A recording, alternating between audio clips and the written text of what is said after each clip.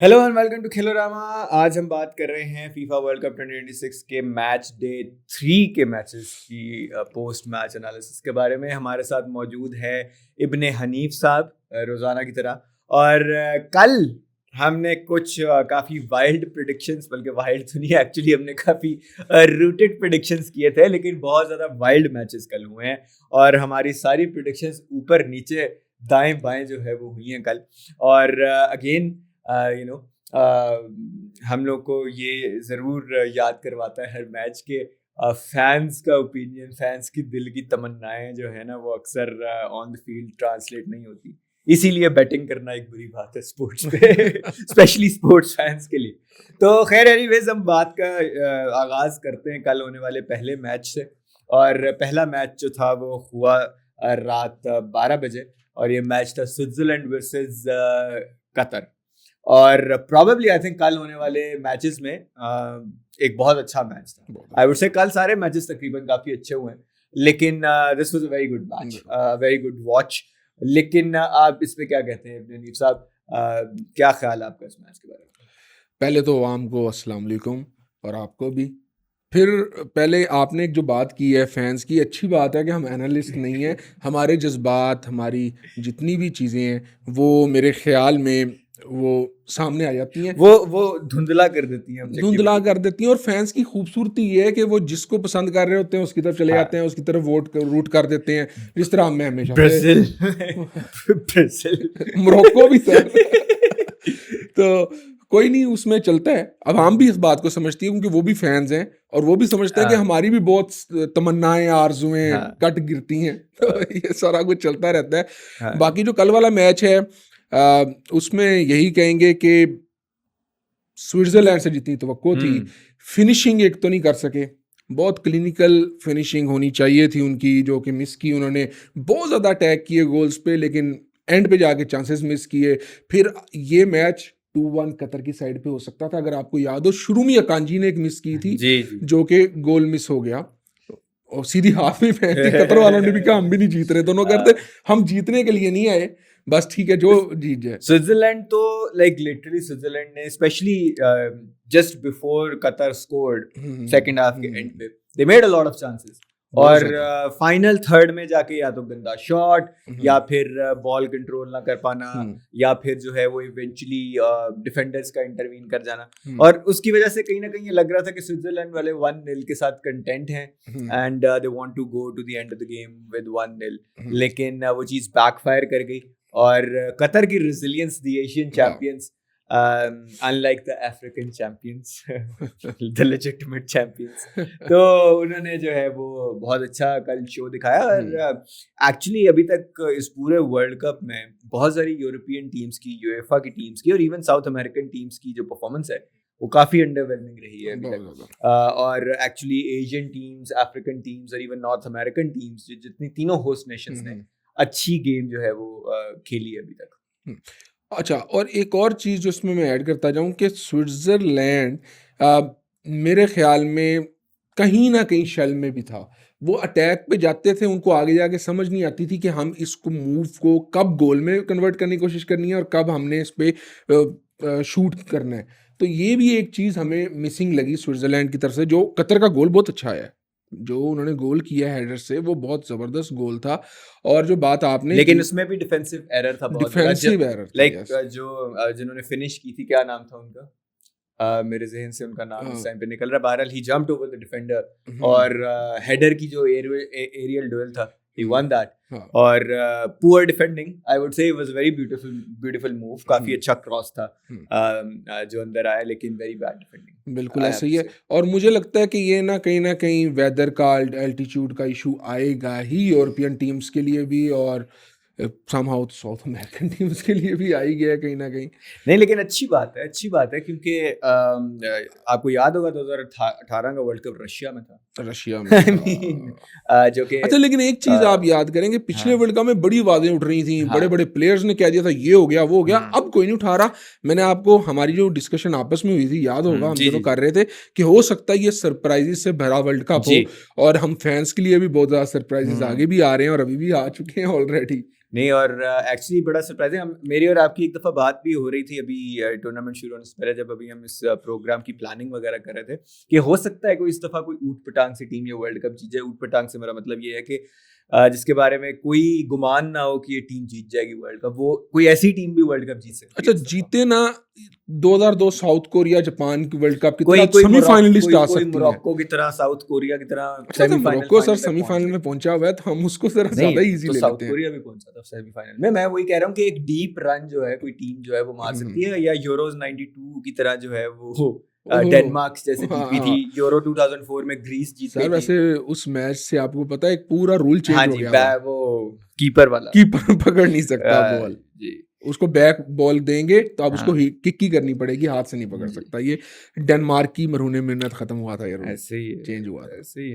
और वो हराम बॉल सही मानों में हराम बॉल की, अच्छा मुझे लगता है उस वर्ल्ड कप में डेनमार्क ने की, डेनमार्क ने की थी। और मुझे लगता है इस वर्ल्ड कप में ना बहुत सारी टीम्स आर्सेनल से बहुत इंप्रेस है कि एक गोल करने के बाद ना वो डिफेंसिव चली जाती है, सोचती है कि अब हम जीत जाएंगे। या तो गर्मी बहुत ज्यादा है यूएस में आजकल, जो कि फैक्ट है, और बहुत ऑड किक ऑफ टाइम्स हैं। कल जैसे कैलिफोर्निया में था पहला मैच, और वो दोपहर 12 बजे किक ऑफ था local time, very weird kick off time. तो खैर anyways, I mean let's see कि क्या बनता है आगे के मैचेस में, लेकिन अभी तक जो पैटर्न हमें नजर आ रहा है वो ये है कि this world cup is not going to be very easy to predict. लंबा है बहुत, राउंड ऑफ 32 पहली बार इंट्रोड्यूस हुआ है, तो बहुत सारी चीज़ें डिफरेंट हो रही हैं इस वर्ल्ड कप में। मेरे ख्याल में काफ़ी हो गया हमने पहली टीम के बारे में, अब हम आ जाएं ज़रा ब्राज़ील और वर्सेस मोरक्को। तो आप लोगों ने देखा, उम्मीद है कि एंजॉय किया हुआ, क्योंकि अब तक के जितने मैचेस हैं उसमें सबसे ज़्यादा इसी मैच पे बात की जा रही थी कि ये देखने के काबिल होगा और शुरू के मैचेस में ही आ जाएगा। तो मियाँ अहमद साहब, आप क्या कहेंगे इस मैच के बारे में? ब्राज़ील वर्सेस मोरक्को,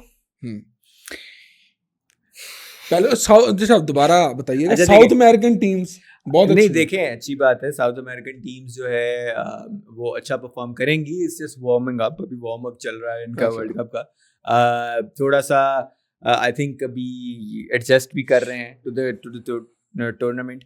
स्पेशली अगर हम ब्राज़ील की बात करें, पैराग्वे का केस बहुत डिफरेंट था, पैराग्वे बहुत बुरा खेली थी, ब्राज़ील भी they didn't live up to their supposed expectation, लेकिन ये है कि उनका नया कोच भी है, तो they're still sort of working out। Coach बुरा नहीं है वैसे, नहीं कोच बुरा नहीं है, लेकिन कल उन्होंने अच्छी चीज जो ब्राजील ने की वो फुल बैक्स। अब फुल बैक्स की सिचुएशन ब्राजील की बहुत अजीब है। हमने कल सोचा था कि बात भी की थी एलेक्सेंड्रो और डैनिलो खेलेंगे, लेकिन दोनों नहीं खेले, दोनों ने स्टार्ट नहीं किया। तो इन दैट सेंस उन्होंने कुछ बेहतर ट्राई करने की कोशिश की, लेकिन I think Brazil still doesn't worry me as much as Paraguay did। Paraguay का मुस्तकबिल मुझे बहुत तारीख नजर आ रहा है इस वर्ल्ड कप के अंदर, लेकिन ब्राजील के कुछ अच्छे साइंस थे। Vinicius junior played really well, कल उन्होंने गोल भी बहुत प्यारा और जबरदस्त गोल था, almost against the run of play. Raphinha got into some very good positions, his finishing wasn't the best. Even Barcelona के अंदर Raphinha tends to do it, लेकिन बार्सिलोना इतने चांसेस बनाती है फॉर राफिनिया, और सर वो chances जाया हो जाते हैं ना, फायदा नहीं। Barcelona actually wasted I think most number of chances created। Sir हमने तो इस पे बात की भी हुई है एक बार पहले। तो I think उस लिहाज से Raphinha is not the most clinical, लेकिन ये है कि Raphinha has a habit of coming up clutch in some important। और सर मेरे ख्याल में बार्सिलोना के लिए भी और इवन आगे चल के ब्राजील के लिए भी राफिनिया बहुत क्लच रोल प्ले कर सकता है, और क्योंकि राफिनिया की वो एक जो है ना कि राइट प्लेसेस में पॉप अप करता है बहुत अच्छा। कल भी एक क्रॉस विनीशियस ने खिलाया था बैक पीछे की साइड पे टीम में, और वो प्रॉब्ली अगर बेहतर उसका कनेक्शन होता या राफिनिया एक टच और लेके उसको फिनिश करने की कोशिश तो शायद ये 2-1 होता, तो वो गोल हो सकता था, क्योंकि वो बहुत अच्छा चांस था। लेकिन बहरहाल एनीवेज आई मीन राफिनिया भी प्लेड डिसेंट कल, और ओवरऑल ब्राजील की परफॉर्मेंस शुरू में बिल्कुल शेल शॉक्ड लग रही थी ब्राजील जिस टाइम मोरक्को ने गोल किया है, लेकिन afterwards I mean Brazil was decent enough, they showed some good football. लेकिन मोरक्को वाज रियली इम्प्रेसिव। अपनी हमारी एक्सपेक्टेशन से ज्यादा अच्छा खेला है मोरक्को का ये है कि Morocco was a good team, हाँ, वो तो पता है। अफ्रीकन चैंपियंस, मेरी champion. you know the only reason I have no sympathy for Morocco this time around is कि जिस तरह नहीं से सर मेरी है AFCON का जो हुआ है, तो मेरी I'm है। actually supporting Senegal this time around for in the African teams contingent. लेकिन ये है कि Morocco played really well yesterday. अच्छा मैं एक बात यहाँ पे करता चलूँ कि 2002 से सेनेगाल के साथ मेरी बड़ी है एफिलिएशन है। अनफॉर्चुनेटली उस वर्ल्ड कप में तुर्की से एक्स्ट्रा टाइम में हार गए थे, बट लेकिन उन्होंने काफी डीप रन जो है वो किया था क्वार्टर फाइनल में और फ्रांस से लिया था, तो मुझे खुद बड़ी पसंद है। लेकिन मेरे ख्याल में जो आप कह रहे हैं मैं उसको डिफरेंट एंगल से देखता हूँ एफकॉन को, कि वो जो टाइम वेस्ट भी हुआ तो मेरे ख्याल में दोनों साइड्स का कसूर है। अब जो भी डिसीजन हुआ हो गया। हाँ मोरक्को को जीत के बाद दे देना, तो फिर हमें भी दे दो भाई, फीफा हमें भी दे दो, जितनी ज्यादती हमारे साथ हुई है। तो खैर नहीं, अब वो देखे ना बिल्ली को चीचड़ों का ख्वाब वाली सिचुएशन, तो अब क्या कहें उसको। तो सर उधर हो सकता है हमारी बारी बिल्ली के चीचड़ों के ख्वाब हैं। चले कोई नहीं सर, अगले साल बताएंगे। खैर अगले मैच पे आते हैं। आर्सेनल पे हम इस वर्ल्ड कप के बाद बात करेंगे, लेकिन खैर anyways I think good game overall. दोनों टीम्स ने मोरक्को ने ज़्यादा टाइम के लिए जो है वो अच्छा खेला, लेकिन ब्राज़ील ने भी कुछ मोमेंट्स पे जो है वो अच्छा परफॉर्म किया। और मैं ब्राज़ील के लिए एक्चुअली इतना परेशान नहीं हूँ। Brazil showed some good football at some points, तो Brazil will perform well I think. तो मेरे ख्याल में अहमद साहब अब अगला मैच जो था जिसको सब कह रहे थे कि शायद कंसोलेशन मेरे मुंह से निकल गया था, बुरा मान गए थे, आपने कहा था नहीं स्कॉटलैंड आगे चला जाएगा। हेटी ने बहुत अच्छा उनको टफ टाइम दिया है और अच्छे टैक्स किए हैं और स्कॉटलैंड आखिरकार जीत गया। और मेरे ख्याल में शायद स्कॉटलैंड का आगे जाने का, और ये इस वर्ल्ड कप में कुछ लोग कह रहे हैं कि सरप्राइज पैकेज हो सकता है स्कॉटलैंड। आप कैसे देखते हैं कल के मैच? मैंने आपको कल भी बताया था कि स्कॉटलैंड कुछ कर सकता है इस वर्ल्ड कप में। अभी आई नो उनका पहला मैच हेटी के साथ था, और हमने जिस तरह कल भी बात की थी कि Hattie is slightly N unknown quantity for us, क्योंकि हम कॉन्काकैफ की फुटबॉल टीम्स जो outside of the 3 big teams है उनको ज्यादा, और हमारी पैदाइश से पहले वो कहीं वर्ल्ड कप में आए थे। हाँ वो भी है, लेकिन अगेन यू नो कुछ टीम्स हैं जो रेगुलरली वर्ल्ड कप में पॉप अप करती रहती है, जैसे कोस्टारिका है, जैसे पैनामा है। तो इन टीम्स के बारे में फिर भी कुछ ना कुछ, न्यूजीलैंड आप काफी अरसे से, हाँ सो वो आपको कुछ ना कुछ इन्फॉर्मेशन रहती है। लेकिन हेटी बहुत जमाने बाद आई है, तो it's sort of like an unknown quantity, लेकिन Haiti played really well. I think इसमें क्लाइमेट का अगेन आपने जो बात की बहुत ज्यादा रोल है कि North American Central American teams हैं जो इस वर्ल्ड कप में हो सकता है बेहतर परफॉर्म कर पाए in comparison to European teams. South American teams के केस में है कि इनके ज़्यादातर प्लेयर्स खेलते यूरोप में हैं, इसलिए प्रॉब्ली एक्लेमेटाइजेशन में थोड़ा सा डिफरेंस आ सकता है। तो again like decent game. Personally ये सुबह 6 बजे गेम थी, और ब्राज़ील मोरक्को देखने के बाद मैं सो चुका था, तो ये गेम जो है वो मैंने नहीं देखी पर्सनली। लेकिन looking back at the recording game अच्छी हुई है। हेटी ने काफ़ी टफ टाइम दिया, स्कॉटलैंड गॉट लकी, उन्होंने डिफ्लेक्शन पे गोल किया। लेकिन जैसे हमने मैगिन की बात की थी कल, मैगिन स्कोर्ड और डिफ्लेक्शन पे, लेकिन हाँ, एक अच्छा गोल था, clinical goal. Eventually I think Scotland now has a very good chance of proceeding to the next round. अगर ये एक भी पॉइंट ले गए अपने बाकी दोनों मैचेस में से, तो they have a very good chance of progressing to the next round. और नॉकआउट टूर्नामेंट्स में या नॉकआउट स्टेजेस में एनीथिंग कैन हैपन। और मेरे ख्याल में कि स्कॉटलैंड का ये 1990 के बाद पहली विक्ट्री है, तो उनके लिए तो बहुत इंपॉर्टेंस थी इस मैच की, और उन्होंने चले एक अच्छी चीज से इफ्तिताह किया। और एक्चुअली उनके लिए 1998 के वर्ल्ड कप का ओपनिंग मैच जो उनका था, वो एक्चुअली आई थिंक 98 के वर्ल्ड कप का ओपनिंग मैच ही शायद स्कॉटलैंड का था, अगर if I am not wrong. Scotland versus Brazil था आई गेस, लेकिन आई थिंक उस लिहाज से this time around they started really well. तो अब मेरा ख्याल है हम बात कर लेते हैं कल की फाइनल मैच डे की, और सॉरी फाइनल मैच की। और ये मैच था किन टीम्स के बीच में? तुर्की वर्सेस ऑस्ट्रेलिया। तुर्किया वर्सेस ऑस्ट्रेलिया जी, तुर्किया वर्सेस ऑस्ट्रेलिया। और completely off the prediction charts. मेरा नहीं ख्याल कि ज्यादातर लोगों ने ऑस्ट्रेलिया के हक में प्रेडिक्शन दी थी।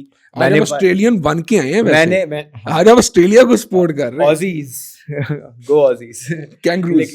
लेकिन एनीवेज आई मीन 1-1 मेरी प्रेडिक्शन थी, लेकिन Turkiye didn't play as good as we had expected.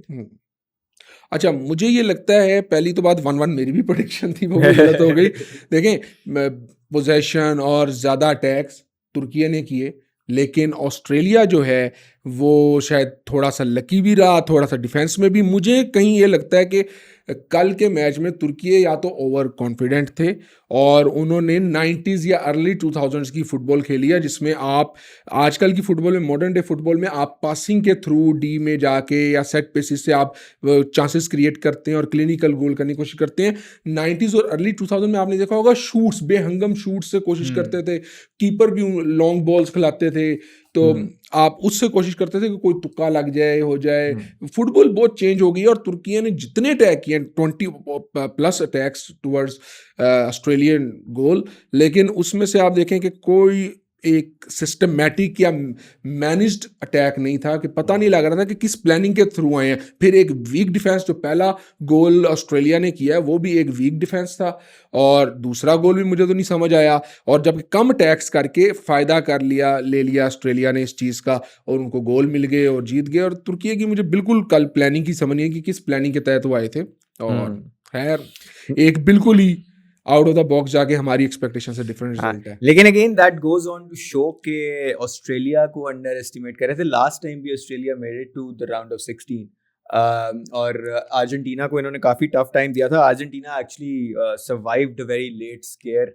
आपको अगर वो मैच याद होगा तो दीबू मार्टिनेज ने एक बिल्कुल एंड पे एक जो है वो शॉट स्टॉप किया था, जो अगर गोल के अंदर चला जाता तो अर्जेंटीना को शायद एक और दीबू मार्टिनेज से एक्स्ट्रा टाइम खेलना पड़ता। दीबू मार्टिनेज से कुछ बड़ी नफरत सी होती जा रही है। क्यों जी? एज अ फैन सारे वो कोलोमुआनी का से भी फ्रेंच हमारे तो दिलों के बहुत करीब है दीबू मार्टिनेज। सर दीबू मार्टिनेज ने कहा, बड़ा बोल्ड स्टेटमेंट दी है, उसने कहा अगर ये वर्ल्ड कप भी जीत गया तो मैं रिटायर हो जाऊंगा। ठीक है भाई, वो एस्टन विला के साथ यूएफा यूरोपा लीग भी जीत चुके हैं। नेक्स्ट सीजन एस्टन विला जो है वो चैंपियंस लीग भी खेल रही है दोबारा से। जो आप एक बात करने लगे तो उसको याद रखिएगा, उसका जो आप इसके साथ देते हैं। मुझे ये बताएं कि अब आपको ऑस्ट्रेलिया की इस विक्ट्री के बाद ये ग्रुप बहुत ओपन नहीं लग रहा, क्योंकि अब पैराग्वे के लिए भी चांस है, यूएसए भी, और कहीं ना कहीं टर्की वापस तो आने की कोशिश करेगा, अच्छी टीम है, तो ये ग्रुप बहुत ओपन नहीं हो गया। ये पैराग्वे को भी एक ग्रीन लाइट सिग्नल मिल गया मेरे ख्याल में। आई थिंक पैराग्वे की परफॉर्मेंस को अगर देखा जाए तो मेरी गट फीलिंग ये है कि जो उनकी ओपनिंग मैच की परफॉर्मेंस थी बहुत ज़्यादा डिसअपॉइंटिंग थी। लेकिन ये है कि आई मीन अगर वो बाउंस बैक करते हैं तो this could change into a group of death, जो कि हम बात कर रहे थे कि इस टूर्नामेंट से पहले कि ये 3 टीम्स की वजह से ग्रुप ऑफ डेथ वाला फिनोमेना हो सकता है, इतना रेलेवेंट ना हो इस वर्ल्ड कप में। लेकिन इस ग्रुप में चीज़ें फंस सकती हैं बहुत बुरे तरीके से आफ्टर दिस रिजल्ट स्पेशली। और गिवन कि अभी यूएसए ने तुर्की को खेलना है, ऑस्ट्रेलिया को भी यूएसए ने खेलना है, और पैराग्वे ने भी इन्हीं 2 टीम्स को खेलना है, तो आई वुड स्टिल से कि टॉप 2 तुर्की और ऑस्ट्रेलिया के चांसेस मुझे नजर आ रहे हैं। लेकिन यूएसए के नहीं लग रहे इस परफॉर्मेंस के बाद। I mean USA played well, लेकिन अगेन मैं जैसा मैंने पहले भी कहा था, यूएसए पे I am not sold as a fan, क्योंकि उन्होंने सोल्ड कर दिया आपको। नहीं, दे प्लेड रियली वेल, लेकिन उसमें पैराग्वे का भी बुरा खेलने का बहुत बड़ा हाथ था। और अगेन इसमें तुर्की का भी ये है कि they didn't play very good football, specially जैसे मैंने बात की थी कि आर्दा गुलेर इस वर्ल्ड कप में बहुत पिवटल होंगे। He did not have a good game yesterday, बल्कि अब तो खैर वो पाकिस्तानी टाइम के मुताबिक तो आज ही थी सुबह गेम। लेकिन आई थिंक बहुत ज़्यादा अंडर परफॉर्मेंस थी तुर्की के इंडिविजुअल प्लेयर्स की तरफ से भी, और उनकी एज अ कलेक्टिवली टीम के तौर पे भी बहुत बुरी परफॉर्मेंस थी। लेकिन ये ग्रुप वाइड ओपन है, और दूसरी तरफ जो ब्राजील और मोरक्को के ड्रॉ के बाद उनके ग्रुप की सिचुएशन भी बड़ी इंटरेस्टिंग हो गई है, क्योंकि वहाँ स्कॉटलैंड टॉप पे है इस टाइम, और स्कॉटलैंड ने हेटी को हरा दिया है, तो स्कॉटलैंड इस टाइम पे वो ग्रुप लीड कर रहा है। तो आई थिंक ब्राजील और मोरक्को दोनों के पास जो है वो अब मार्जिन ऑफ एरर काफी कम हो गया, क्योंकि I mean they can still win both of their games. अगर वो दोनों जीत गए तो वो दोनों इजीली आगे चले जाएंगे। Scotland would be the third, लेकिन स्कॉटलैंड ट्रिकी हो सकता है। अब अगर स्कॉटलैंड इन दोनों में से किसी एक के साथ भी ड्रॉ करता है गेम, तो आई थिंक बहुत ट्रिकी हो जाएगा ये ग्रुप। बिल्कुल, ठीक है जी। तो ये था आज के मैच डे 3 के मैचेस का एनालिसिस एज फैंस। और उम्मीद करते हैं आपको ये डिस्कशन पसंद आई होगी और हम हाजिर होंगे एक नई वीडियो के साथ। अब से कुछ देर बाद जो है हम आज रात होने वाले मैचेस के बारे में एक प्री मैच डिस्कशन करेंगे और तब तक के लिए आप अपना ख्याल रखिए। अल्लाह हाफ़िज़।